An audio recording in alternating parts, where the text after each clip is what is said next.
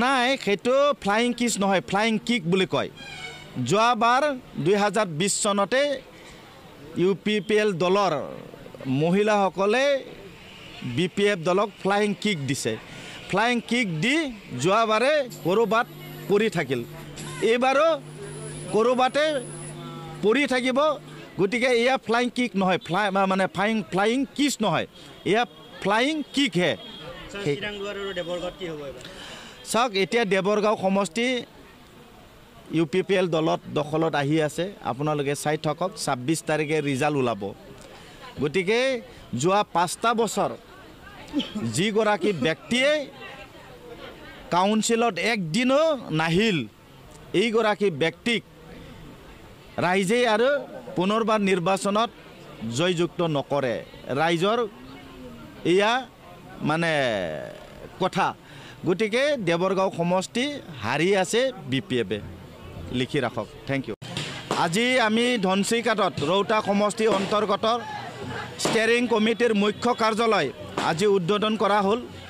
ইয়াতে ৰাইজ উৎফুল্লিত হৈছে আৰু সকলো শ্ৰেণীৰ আমাৰ এই অঞ্চলত ভোটাৰ ৰাইজ ওলাই আহিছে। আহি থকা নিৰ্বাচনৰ কাম কাজ এইখন যে মুখ্য কাৰ্যালয়, ইয়াৰ পৰা আমাৰ কাম কাজ আৰম্ভ হ'ব। ৰৌতা সমষ্টি আমি যোৱাবাৰ যিমান ভোটত জিকিছিল তাতকৈ দুগুণ ভোটত আমি জিকিবলৈ সক্ষম হ'ম। বহুত ব্যক্তি আমাৰ UPPL দলক সমৰ্থন দিবলৈ ঘৰৰ পৰা ওলাই আহিছে। বহুত দল সংগঠন আমাৰ UPPL দলক সন্মানীয় প্ৰমোদ বড়ো ডাঙৰীয়াক পুনৰবাৰ চিফ বনাবৰ কাৰণে এই অঞ্চলৰ ৰাইজ ভোট দিবৰ বাবে সাজু হৈ আছে। গতিকে নিশ্চিত যে পুনৰবাৰ সন্মানীয় প্ৰমোদ বড়ো ডাঙৰীয়াৰ নেতৃত্বত BTR-ত UPPL-ৰ চৰকাৰ গঠন হ'ব।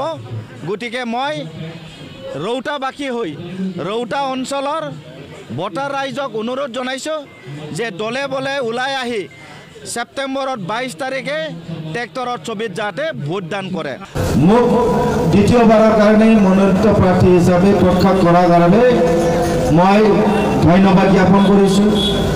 আৰু ৰাইজক বা ৰাইজৰ ওচৰত মই প্ৰাৰ্থনা জনাইছোঁ যে যোৱা বছৰ বা যোৱাবাৰ আমাক UPPL দলক যেনেকৈ আশীৰ্বাদ, মৰম আৰু সমৰ্থন দিছিল, আহি থকা 22 তাৰিখত যি নিৰ্বাচন, সেই নিৰ্বাচনতো আমাক সহায় আৰু সহযোগিতা কৰিব।